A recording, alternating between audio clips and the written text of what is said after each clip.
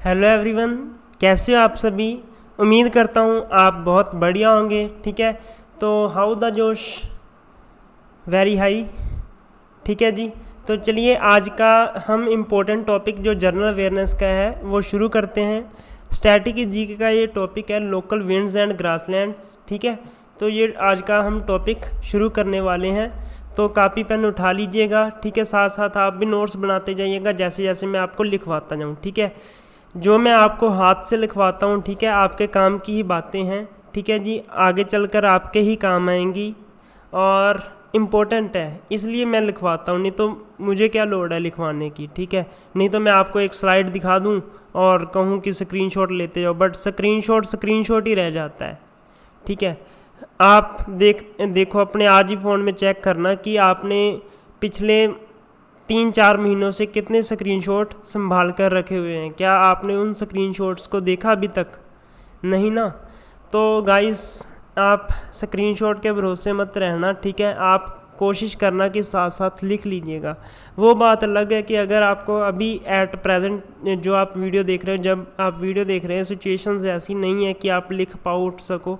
ठीक है, तो आप फिर तो स्क्रीनशॉट लो, ठीक है, बाद में लिख लेना। तो अगर आप इस वीडियो को पैक कर लेट कर देख रहे हो तो यार इस वीडियो को अभी के अभी बंद कर दो। ठीक है, लेट कर नहीं वीडियो देखनी, बैठ कर देखनी है। टेबल ले लो और चेयर ले लो। ठीक है, टेबल चेयर पर बैठ कर देखो या बेड पर चौकड़ी मार कर बैठ जाओ और पिल्लो के ऊपर कापी पेन लेकर बैठ जाओ। ठीक है, साथ साथ फ़ोन आगे रख लो। ओके जी, शुरू करता हूँ आज की इस वीडियो को। कहना पड़ता है आप सभी को इसलिए क्योंकि रिज़ल्ट हमको चाहिए अच्छे वाला। ठीक है, हमको सिलेक्शन चाहिए। ठीक है, अगर आप सुस्ती दिखाओगे तो फिर सिलेक्शन थोड़ी ना होगा यार, है ना। समझो आप थोड़ा सा। देखो, कल का मैं कोविड वैक्सीन से मतलब लगा कर आया हूँ। आज वीकनेस काफ़ी है, फिर भी मैं आज यहाँ पर आपके सामने प्रेजेंट हूँ। ठीक है, क्यों प्रेजेंट हूँ?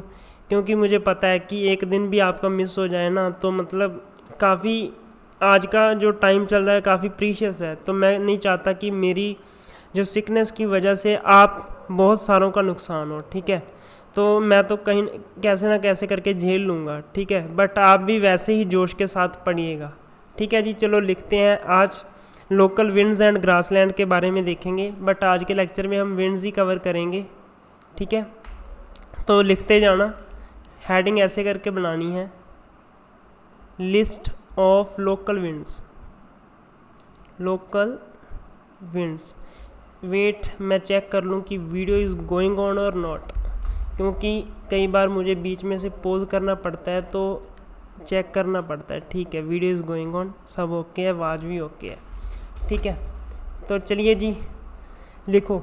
सबसे पहली वाली है चिनूक, और चिनूक से पहले ना लिखो, पहले हम लिखेंगे वार्म विंड्स।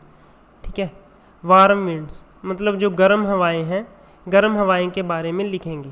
ठीक है, वार्म विंड्स में से सबसे पहली आती है Chinook. Chinook CHINOOK। Okay, Chinook है सबसे गर्म हवा जो पहले नंबर पर आती है। तो ये है US की हवा है, US एंड कनाडा की। ठीक है, US एंड कनाडा। ठीक है जी, इस चिनूक विंड का निकनेम क्या है? निकनेम है इसका आइस ईटर। ठीक है, आइस ईटर। ये बर्फ़ को गर्म कर देती है। ठीक है, जैसे पहाड़ों पर बर्फ़ ढकी होती है तो ये विंड आती है तो उसको गर्म कर देती है। समझ लग गई? ग्लेशियर, बिल्कुल सही बोले आप। सेकंड लिखो जी, फोएन। फोएन, फोएन। ठीक है, तो ये कहाँ बहती है ये वाली हवा? तो ये बहती है एल्प्स माउंटेन में, एल्प्स माउंटेन। ठीक है, ये कहाँ पे है? एल्प्स माउंटेन कहाँ पर है? फ्रांस में है, इटली में एंड स्विट्ज़रलैंड। ठीक है, स्विट्ज़रलैंड लिखा है जी मैंने। तो आगे जो है हवा, गर्म हवा लिख रहे हैं। ठीक है, ध्यान रखना, ये वार्म विंड्स की बात कर रहे हैं हम। फिर आती है जोंडा। जोंडा, ठीक है, ये कहाँ पर है? Argentina, Argentina.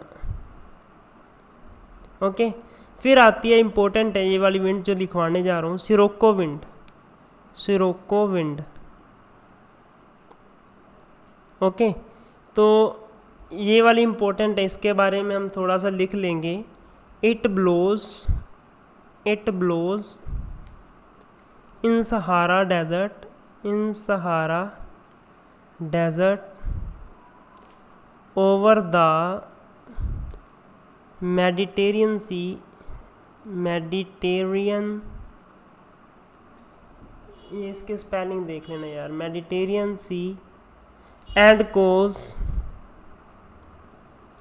Blood rainfall, blood rainfall in Italy.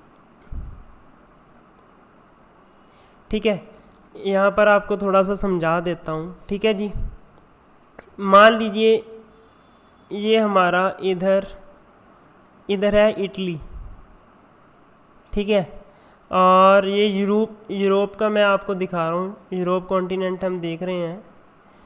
ठीक है, तो और बीच में इनके बहता है मेडिटेरियन सी।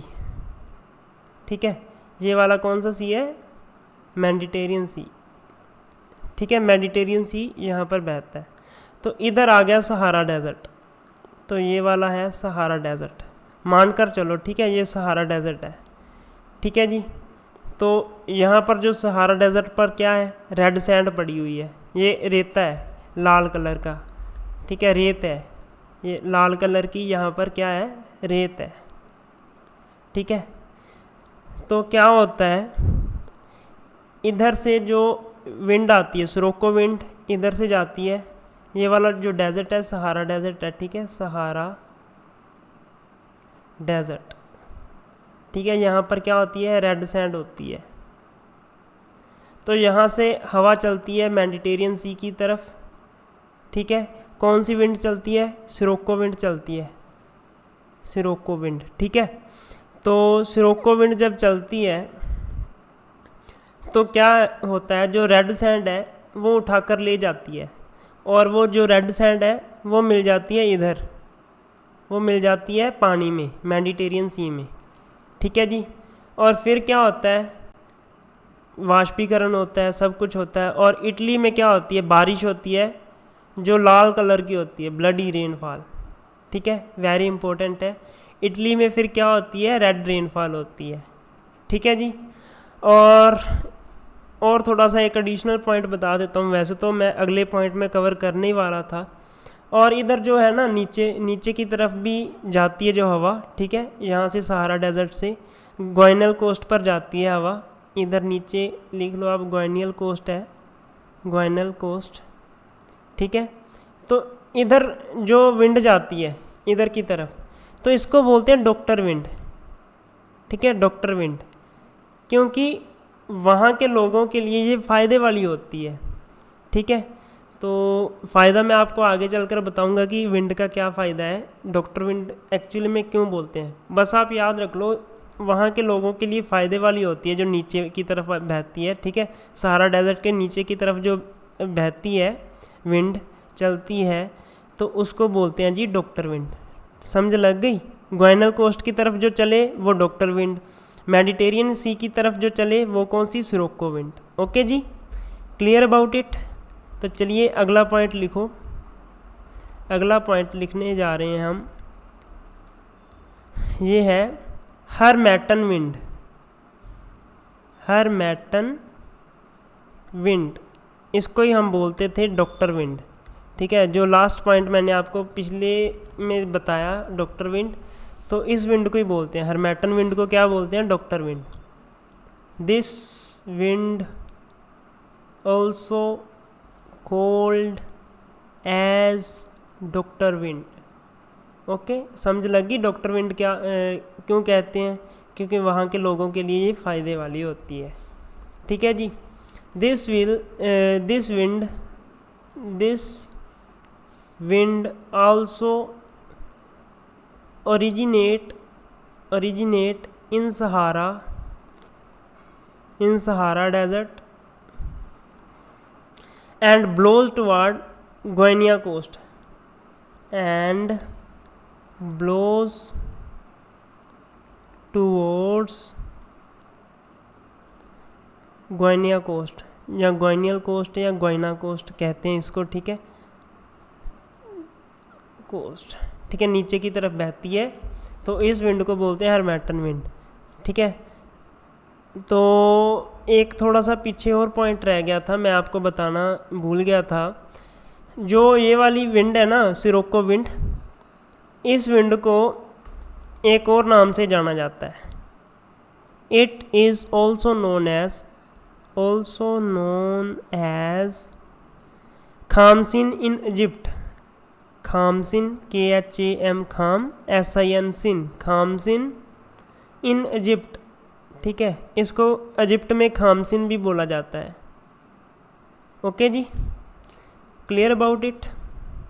ये वाला समझ लग गया था, ये वाला जो मैंने आपको समझाने की कोशिश करी, इटली में ब्लडी रेनफॉल होती है, ठीक है, तो आपको समझ लगी, ऊपर वाली सिरोको है, नीचे वाली डॉक्टर विंड है, ठीक है, जिसको हम हरमैटन विंड भी बोलते हैं। ओके जी, समझ लग गई। अगर कोई भी डाउट आता है आपका, तो आप नीचे कमेंट बॉक्स में फ्रीली कमेंट कभी भी कर सकते हो, मैं उसका रिप्लाई देता हूँ, जिसका रिप्लाई देने योग्य होता है, ठीक है जी। अब बात करते हैं सिमूम विंड की। सिमूम, ठीक है, सिमूम विंड बहती है इज़राइल में, इज़राइल, जोर्डा में, जॉर्डन या जोर्डन, जो भी आप कहना चाहो, तो पैलेस्टाइन या पैलेस्टीन, ठीक है। तो सातवीं जो विंड है वो है सेंटरब्यूरी, जहाँ इसको आप प्रोनाउंस करो कैंटरब्यूरी। नॉर्वेस्टर,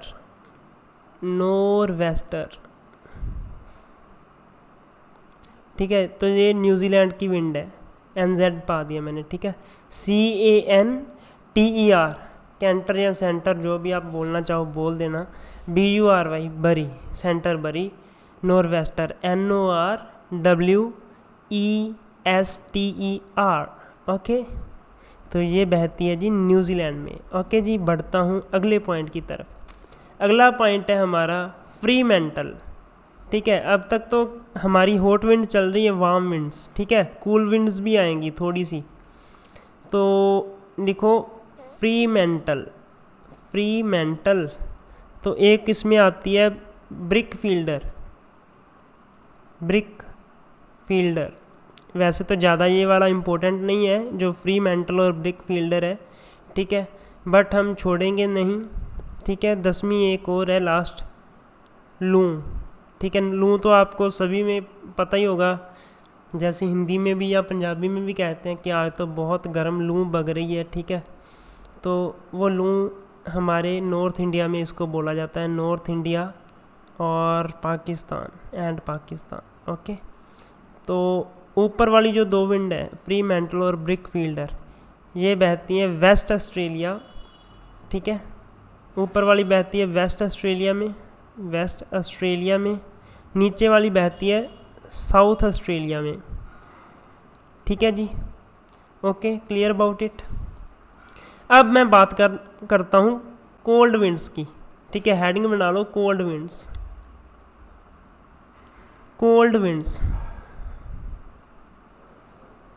तो कोल्ड विंड कौन कौन सी है, थोड़ी सी हैं, ये भी हम लिखेंगे। 10 तक हमने लिख ली हैं, 11th नंबर पर ही लिखो, 1 से नहीं शुरू करूँगा, 11th नंबर से ही शुरू करूँगा, ठीक है। तो ये है मिस्ट्रल कहाँ की विंड है, फ्रांस की, ओके। फिर आती है बोरा, BORA, तो ये कहाँ की है, इटली, जो भी आप कहना चाहो कह सकते हो। तो फिर 13 नंबर पर आती है पैम्पेरो, ओके। तो ये कहाँ की है, अर्जेंटीना की, ठीक है जी। 14 नंबर पर आती है हमारी ब्यूरन एंड परगा, PURGA, तो ये है रशिया की, ओके। फिर 15 नंबर पर आती है अमीहो, AMIHAU पाया, ये मैंने यू है, ठीक है, AMIHAU, ओके। तो ये है बहती है फिलीपींस में। एक मिनट बेटा, एक मिनट, मुझे इसके ना ड्राइवर द्वारा इंस्टॉल करने पड़ेंगे, जो मेरी राइटिंग पैड है ना, राइटिंग टैबलेट के, तो इसका इरेज़र टूल बार बार उड़ जाता है, तो इसलिए मुझे इसके जो सॉफ्टवेयर है दोबारा इंस्टॉल करने पड़ेंगे। काफ़ी कुछ हिलजुल पड़ा है मेरे लैपटॉप में से। फिलीपींस, ठीक है। तो 16th में आती है हाबागाट, ठीक है, ये भी फिलीपींस में है, ठीक है जी। तो 17th जो कि लास्ट विंड है लोडोस, तो ये तुर्की में TURKEY, ओके, TURKEY, ओके। ये हमारी विंड्स कंप्लीट हो चुकी हैं। अगर कोई भी क्वेश्चन आया तो जो मैंने आपको लिखवाई विंड्स के रिलेटेड जो भी क्वेश्चन आता है, तो हमारे इस लेक्चर के बाहर क्वेश्चन बनने की कोई संभावना नहीं है, ये गारंटी है, 100% श्योर, ठीक है। जो भी मैंने आपको विंड्स लिखाई, अगर विंड्स में से क्वेश्चन आया तो हमारे इस लेक्चर में से बाहर क्वेश्चन नहीं होगा, गारंटी है, ठीक है। तो अब मैं लिखवाने जा रहा हूँ, ग्रासलैंड लिख लेते हैं, अभी कोई ज़्यादा टाइम नहीं हुआ, ठीक है, थोड़े से हैं, ग्रासलैंड लिख लीजिएगा, फिर ही सिलेबस पूरा होगा ना। सिलेबस काफ़ी पड़ा है अभी तक, ये स्टैटिक जीके का काफ़ी है, काफ़ी क्लासेस, अभी 10 से 12 क्लासेस हो रहे हैं अभी, ठीक है। Grasslands of the world,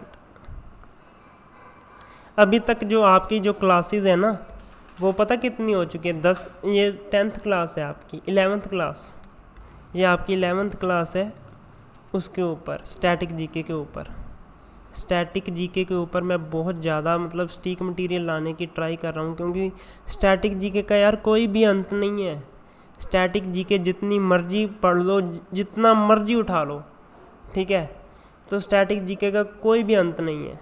but हमको पढ़नी है स्टीक, बिल्कुल स्टीक, ठीक है, जो हमारे एग्ज़ाम में आएगी।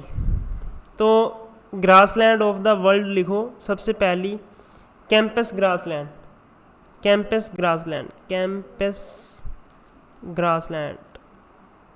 तो ये है ब्राज़ील में। कहाँ है ये बच्चों? ब्राज़ील में, ओके। फिर आता है ललानोस ग्रासलैंड, ये कहाँ है? वेनिजुला,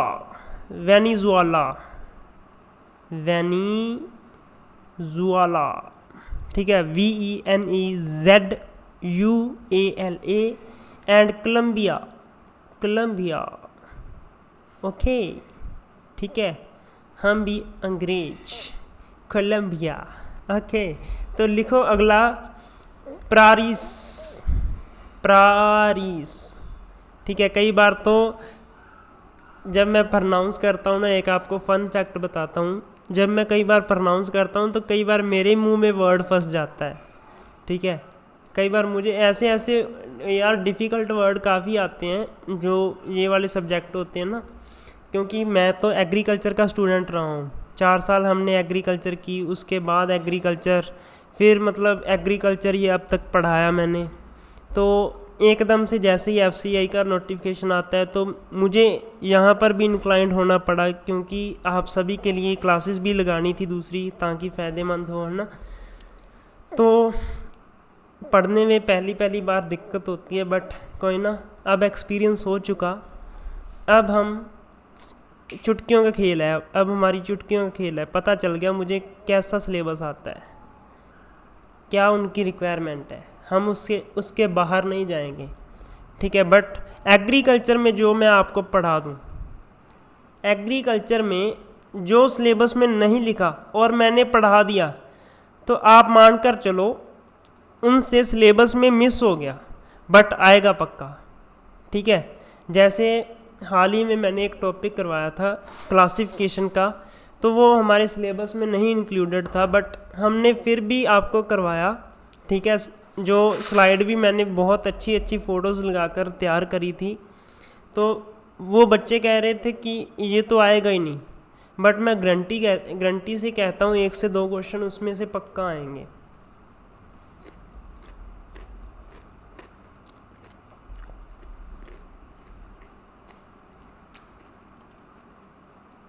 तो लिखो जी, 4th नंबर का है ना, बातें बहुत करते हो आप। तो लिखो, प्रारीज लिख लिया ना, यूएस एंड कनाडा का। एक तो मेरे मम्मा यहाँ पर खीरा रख गए, अभी चलो लेक्चर के बाद ही खाएंगे कुकम्बर को। फिर लिखो पंपास, पंपास या पंपस ग्रासलैंड कहाँ का है? अर्जेंटीना का, ठीक है, अर्जेंटीना, अर्जेंटीना। फिर वेल्डट, वेल्डट ग्रासलैंड कहाँ का है? साउथ अफ्रीका, ठीक है। फिर आता है डाउन ग्रासलैंड, डाउन ग्रासलैंड कहाँ का है? ऑस्ट्रेलिया का, ठीक है। फिर आता है क्वांटो, क्वेंटो या क्वांटो जो भी बोलना चाहो, तो नाम से ही आपको थोड़ा सा लग रहा होगा कि ये जापानीज़ टाइप सा लग रहा है, या जापानीज़ या चाइनीज़। फिर आपको लगाना है इसका जापान, ठीक है। फिर 8th नंबर पर आता है पुस्ताज, पुस्ताज ग्रासलैंड, तो ये कहाँ का है? ये है हंगरी का, हंगरी, ठीक है। तो फिर आता है कैंटरबरी ग्रासलैंड, हमने ये वाला वर्ड पहले भी हमने पढ़ चुके, ठीक है। तो ये भी वहाँ पर ही है, कैंटरबरी ग्रासलैंड।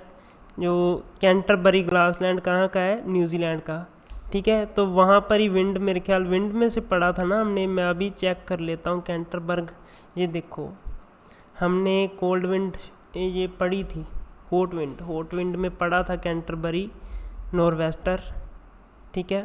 तो ये न्यूजीलैंड का है, वार्म विंड में आता है। तो ग्रासलैंड में भी यही सेम कैंटरबरी ग्रासलैंड आता है, तो ये भी न्यूजीलैंड का है, ठीक है जी। फिर आता है 10 नंबर पर सवाना ग्रासलैंड, इम्पोर्टेंट है, सवाना ग्रासलैंड इम्पोर्टेंट है, ठीक है। ये कहाँ है? अफ्रीका में, अफ्रीका में कहाँ? मैंने जियोग्राफी की क्लास में आपको ये डिग्री वगैरह पढ़ाई थी, ठीक है। ये 10 degree north and south latitude पर स्थित है, ट्यूड पर स्थित है। तो लॉन्गिट्यूड एंड लैटीट्यूड क्या होते हैं? ये बहुत बच्चों का क्वेश्चन रहता है कि सर लॉन्गिट्यूड एंड लैटीट्यूड के बारे में हमको बिल्कुल नहीं पता, हम तो एग्रीकल्चर के स्टूडेंट हैं, हमको कॉमर्स के, हम तो बीकॉम के स्टूडेंट हैं, ये वो वगैरह वगैरह, या हम तो साइंस के स्टूडेंट रहे थे, है ना। तो हमको नहीं पता कि क्या है लैटीट्यूड और क्या है लॉन्गिट्यूड। तो देखो जी, मैं आपको पहले यही समझा देता हूँ, लॉन्गिट्यूड एंड लैटीट्यूड। वैसे हमारा टॉपिक ख़त्म हो चुका, जिसको ये समझना है लॉन्गिट्यूड एंड लैटीट्यूड वो यहाँ पर खड़ा रहे, नहीं तो बाकी को छुट्टी है, ठीक है। तो सब्सक्राइब करते जाना, लाइक करते जाना इस वीडियो को, ठीक है। बाकी बच्चे पढ़ने वाले यहाँ पर 2 मिनट खड़ जाओ, ठीक है, काम आएंगी ये बातें आपके। लॉन्गिट्यूड एंड लैटीट्यूड क्या होता है? हमारी आपने ग्लोब देखा ही हुआ है ना, ग्लोब में आपने लाइनें ऐसे करके देखी होंगी, ऐसे करके लाइनें, ये इधर एक हॉरिजॉन्टल लाइनें होती हैं, इसको हॉरिजॉन्टल लाइन बोलते हैं, ठीक है। तो इसको जो खड़वी लाइन होती है इसको कहते हैं वर्टिकल लाइंस, ठीक है। ग्लोब में इस तरीके की लाइंस होती हैं ऐसे करके, ये सपोज हमारा ग्लोब है, ठीक है, ऐसे करके लाइंस आपने देखी होंगी, ठीक है। जो ये वाली लाइन होती है, ठीक है, ये दोनों की कम्बिनेशन आपको मैंने बताया, ठीक है। ये वाला जो हॉरिजॉन्टल लाइन होती है, ठीक है, ऊपर वाले पोर्शन को नॉर्थ, नीचे वाले को साउथ, ठीक है जी, इधर वाला वेस्ट और इधर वाला ईस्ट, ठीक है जी। यहाँ पर जो बिचाले वाली होती है ट्रॉपिक ऑफ कैंसर, थोड़ी सी ऊपर वाली को कहते हैं ट्रॉपिक ऑफ कैंसर, बिचाले वाली को कहते हैं, जो बीच में होती है इसको कहते हैं इक्वेटर, ठीक है। तो ट्रॉपिक ऑफ कैप्रिकॉर्न वगैरह जो आप वो देख लेना कौन सी है, ऊपर वाली के नीचे वाली, ठीक है। तो मेरा मेन मकसद है जो हॉरिजॉन्टल लाइन है उसको कहते हैं लैटिट्यूड, ठीक है, लैटिट्यूड। ये क्या करता है, लैटिट्यूड क्या करता है, it specifies north south point on earth surface, ठीक है। ये नॉर्थ साउथ पॉइंट को स्पेसिफाई करता है, ठीक है जी। ऊपर वाला क्या है, नॉर्थ होगा, नीचे वाला क्या है, साउथ होगा। तो इधर भी सेम लिख लो, ठीक है, बट ये स्पेसिफाई करता है ईस्ट वेस्ट को, ठीक है, ईस्ट वेस्ट को। जैसे यहाँ पर नॉर्थ साउथ था, इधर ईस्ट वेस्ट है। तो वर्टिकल लाइंस को क्या बोलते हैं जी, इसको बोलते हैं लॉन्गिट्यूड, ठीक है, समझ लगी। लॉन्गिट्यूड क्या है, लैटिट्यूड क्या है।